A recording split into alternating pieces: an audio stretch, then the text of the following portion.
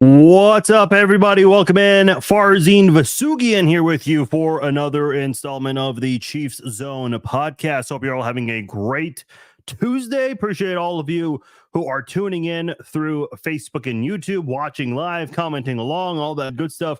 Big thanks to all of you guys doing that, as well as those who are listening through the archived version on Apple, Spotify, and everywhere else where you can download and listen to a podcast. This is not going to be a very long podcast. Going to keep it fairly short. It is 2 days before the final preseason game of the 2024 season. So listen, we all know these final preseason games, they generally, from a fan standpoint, they're not the most exciting ones to talk about. That's just the way they are.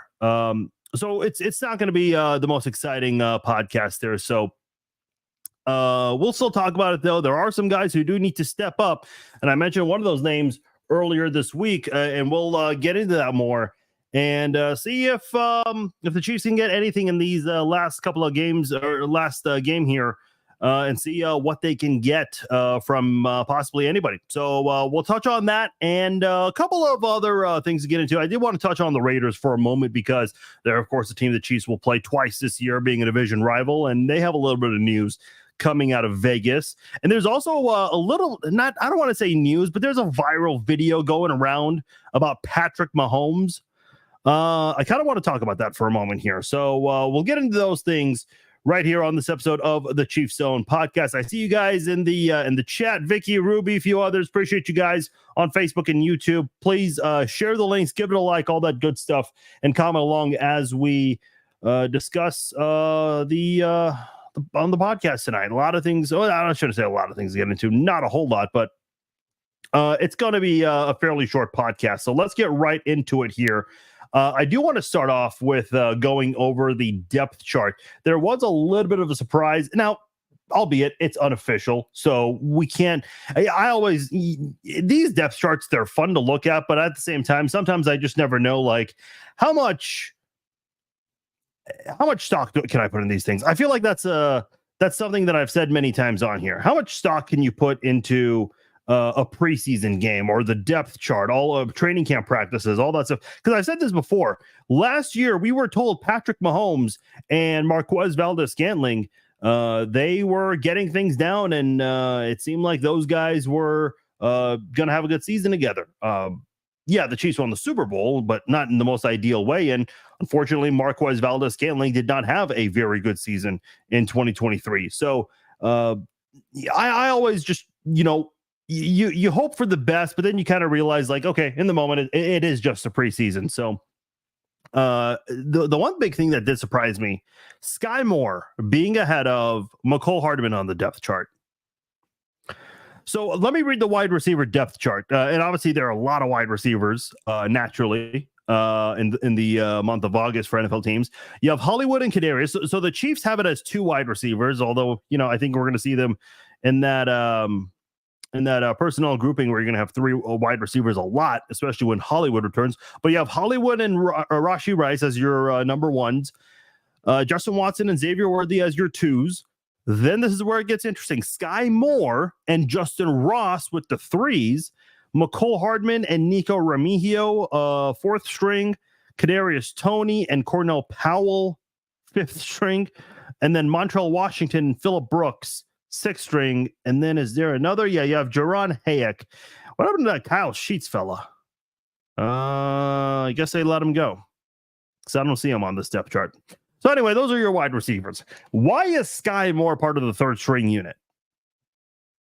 And please do not tell me it's because he's on a rookie deal and he'll be cheap to keep around, because I don't see what value he brings to keeping around. When you're in the business of winning championships and you want to three-peat, do something that's never been done before, I don't think the Chiefs are going to be too concerned about keeping a guy that is sticking around because he's cheap to keep. Because honestly, if Sky Moore screws up in a game this year, I don't think anyone's going to be talking about how he's cheap to keep. No one's going to be saying anything about that. I think Sky Moore needs to have a big game. I said this on Saturday's podcast. I'll say it tonight. Kadarius Toney had a bad game Saturday. And he hasn't really shown much in these preseason games. Very few highlights in training camp from him. But this is Kadarius Toney's Super Bowl right now, which is crazy because this guy had a huge moment in the Super Bowl about a year and a half ago. If he didn't have that big punt return, if he fair caught it, I still think the Chiefs could have orchestrated a good drive. They were doing that on the last drive of the game that led to the game-winning field goal. So, of course, some controversy that people cannot accept a penalty to be thrown there, but that's neither here nor there. But this guy did come through with that big punt return and also the corn dog play. Yeah, sure, anyone could have been on that play, but you still have to do your job in that moment, and KT did exactly that. And then fast forward to the following season, you have fans in the crowd shouting F-bombs at Kadarius Toney for his excessive drops in that game, which was very frustrating. You go from the Super Bowl heroic moment, and then the next game, you're the culprit. And in the preseason game Saturday, he commits 2 penalties in one play. I mean, this is the same guy who had balls go off his hands deflected for a pick. One of them being a pick 6 against Detroit. You also had the moment in Buffalo, not in Buffalo, excuse me, in Kansas City against Buffalo, rather, where he scored the game-winning touchdown on that sweet lateral from Kelsey, nullifying his own touchdown because he was offside. It's like, man, you could have had a moment there for yourself. Kind of screwed yourself over in that situation. So I'm not really sure, what it is Kadarius Toney needs to do. Like, if he has a big game, is that enough to even keep him around? Because even though that the 2 penalties in one play, even though that was a preseason, man, these incidents are adding up. They are adding up, and it's just getting way too annoying. So we got to see something from KT if he wants a shot at staying on the team, in my opinion. He is very low, not even on the 4th string list. Not even there. You got Justin Ross and Nico Remigio, who barely played in the regular season in the past. So that tells you where the Chiefs have Kadarius Toney right now on the depth chart. Another offensive player that really needs to show me something in this one is Luis Rees-Zammit. Now, Luis Rees-Zammit has been good on special teams with the kickoff that he once did. Also on a 4th down punt where he was able to get to the returner pretty quickly when a couple of other Chiefs were missing tackles on that play. And I think he only played 1 snap in that last game, and that he actually did a good job picking up on the pass block, something he has struggled with in training camp. But considering that we're not going to see Isaiah Pacheco, I don't know about Clyde Edwards-Helaire. Speaking of him, I think he needs to have he needs to do something in this game. I think if he does play, part of me thinks that the Chiefs are going to keep him and he might not play in this game. So you're going to see a lot of Deneric Prince and Keontae Ingram and Luis Rees-Zammit and Amani Bailey.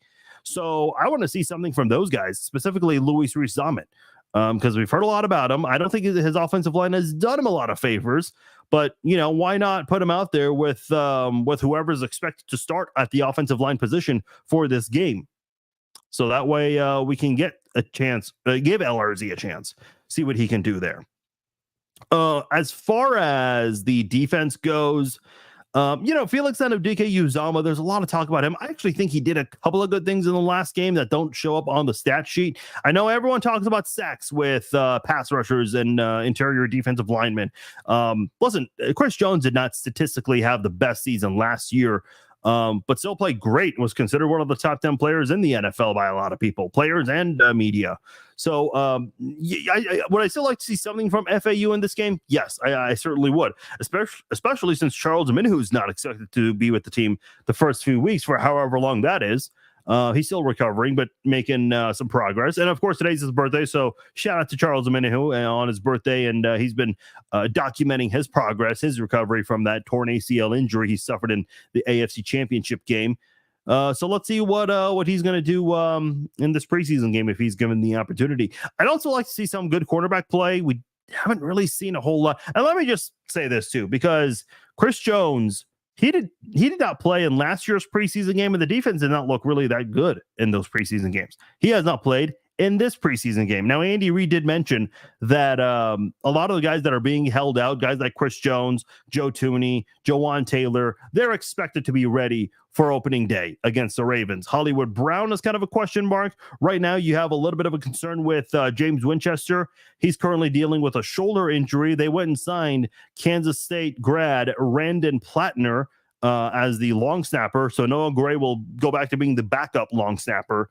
So we'll see what the Chiefs end up doing. I know it's kind of weird. It feels like in recent memory, the Chiefs bring in local guys for these kinds of things. Those local pro days, man, they mean a lot. I remember, I think in the Todd Haley, Scott Pioli era, they brought in Tanner Purdom. I think he went to Baker University, if I'm not mistaken. So they seem to like see these local guys and bring them in as long snappers. So that may be something that that we see. Maybe he sticks around long term because Winchester is getting up there in age. We'll see what ends up happening there. So. But I like to see some good quarterback play, even without Chris Jones. And I think in general, this defense is going to be merely the same, a little bit of a step back, which is fine if you're going to take a little bit of a step back on defense, because the offense is expected to make big improvements across the board on that side of the football. Like, you have to. And if the offense can make those big improvements, it's okay if the defense steps back a little bit. I think the Chiefs overall will have a top 10 offense and a top 10 defense, something we have not had for a very long time. So I'm excited to see how that goes for the Chiefs this upcoming season. I'm excited to see how that goes on both sides of the football. Okay, I do want to get into Chris Jones, a trend that he started. Obviously, we remember last year, we weren't exactly sure what was going to happen to Chris Jones. He ended up holding out into the season. Now, the Chiefs did lose that game to the Lions. We kind of alluded to that for a little bit here, talking about the upcoming preseason game with Kadarius Toney. But listen, the Chiefs did not lose that game because Chris Jones and Travis Kelce didn't play. I think everyone knows what happened and what really caused the Chiefs to lose. I mean, plain and simple. The drops didn't help, especially when Kadarius Toney had a couple of them in that game. But the defense still looked good. But neither here nor there. The point I'm trying to make is Chris Jones held out into the season, and the Chiefs lost the game. What happened? They went and signed Chris Jones. They kind of gave him what he wanted, more so those incentives to kind of make up for those fines that he had to pay for missing practice and games and all of that stuff. But look at the NFL right now. You've got a lot of guys holding out right now. You have Jamar Chase, who was doing a hold-in, and now that's turned into a holdout, which is kind of interesting.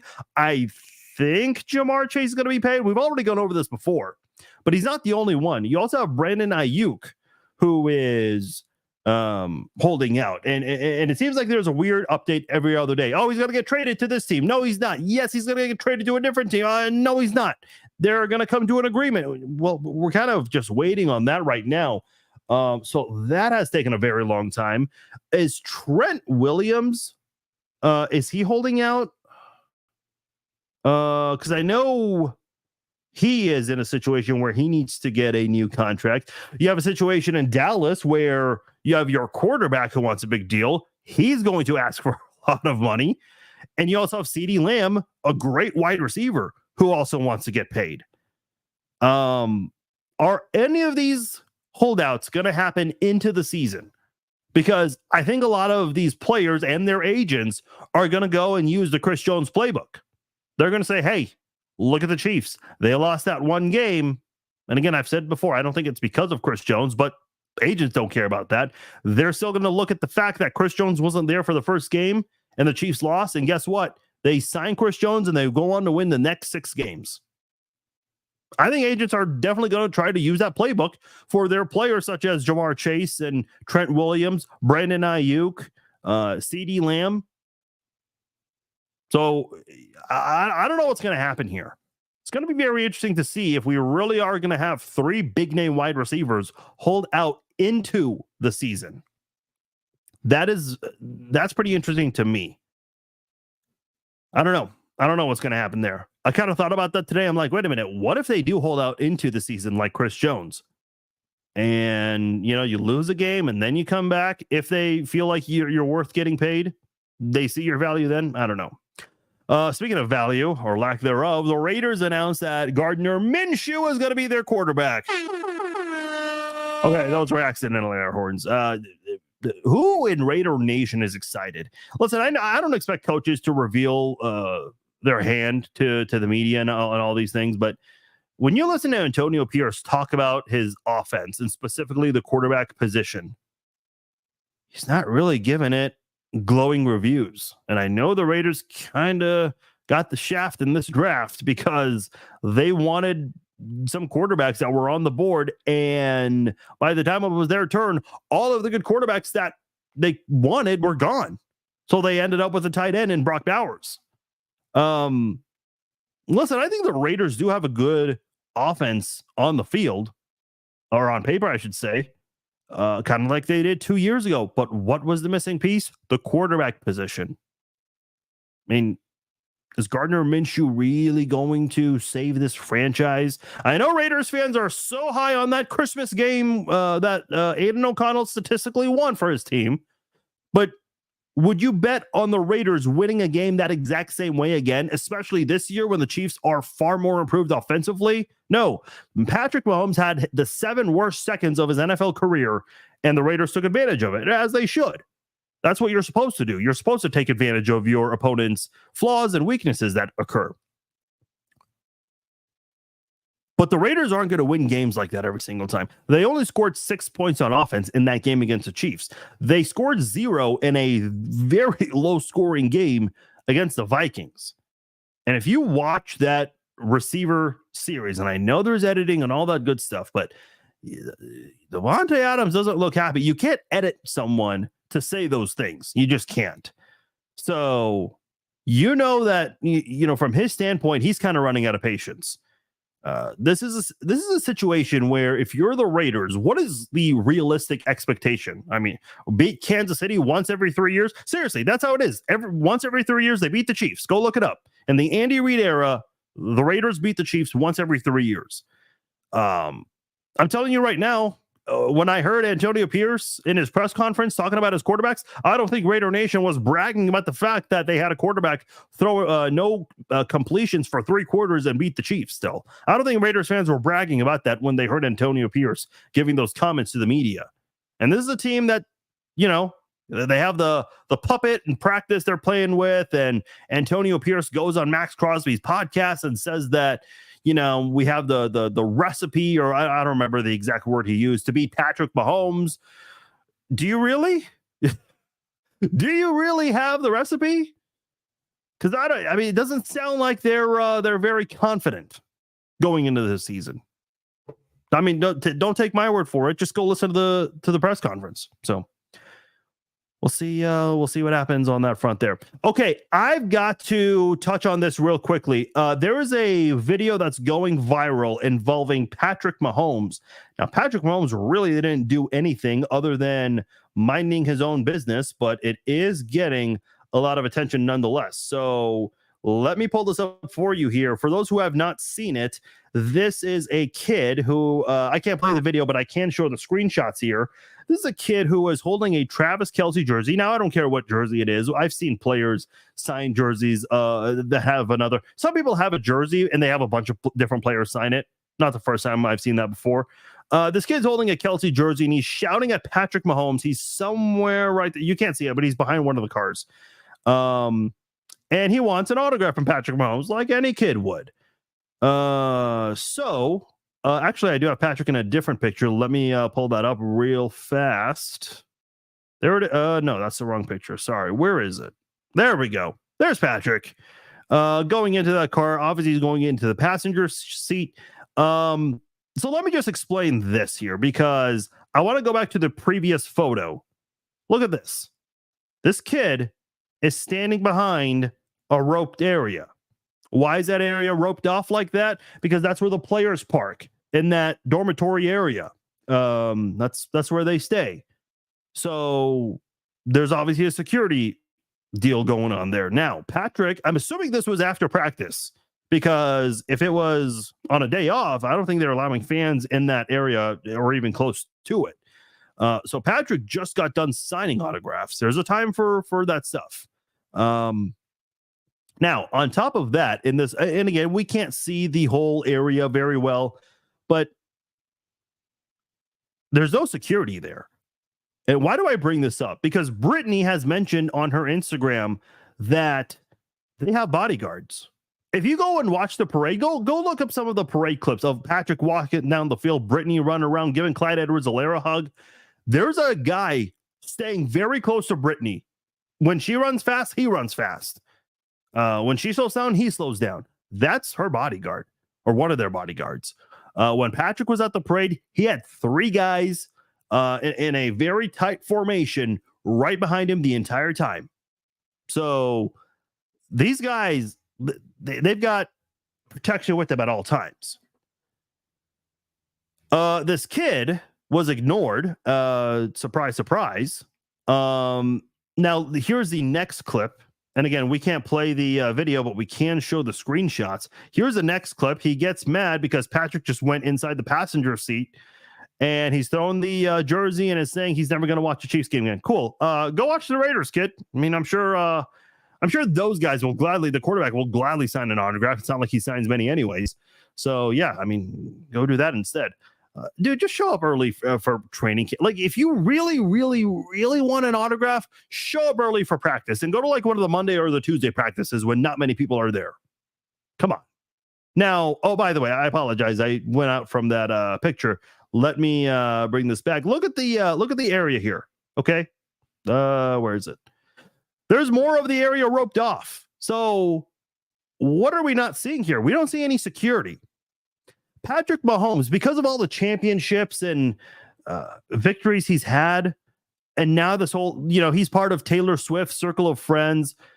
I mean, he's not going to, I'm sure there are security measures he and Brittany have to take that are much higher than before, whether it's around the facility, training camp, Arrowhead, or just, in their own home or when they're out and about. They just have to be more cautious about these kinds of things. I've seen people say, oh, well, Patrick makes a lot of money because of the fans. He should sign something. Oh, Patrick doesn't owe the fans anything. I'm not here to have that conversation. Listen, I think if a celebrity can give someone the time of day, try and do so. I don't think it ever hurts because you are nothing without the fans. Players have said that themselves many times. But if you're not in the mood for an autograph, shit, then, you do your thing. I don't care. But in this situation here, and again, I said this on Twitter, and people said, oh, he's just a kid. Folks, we're living in a crazy world. You don't know what someone might, you don't know how far someone might go to try to pull some crap. You just don't.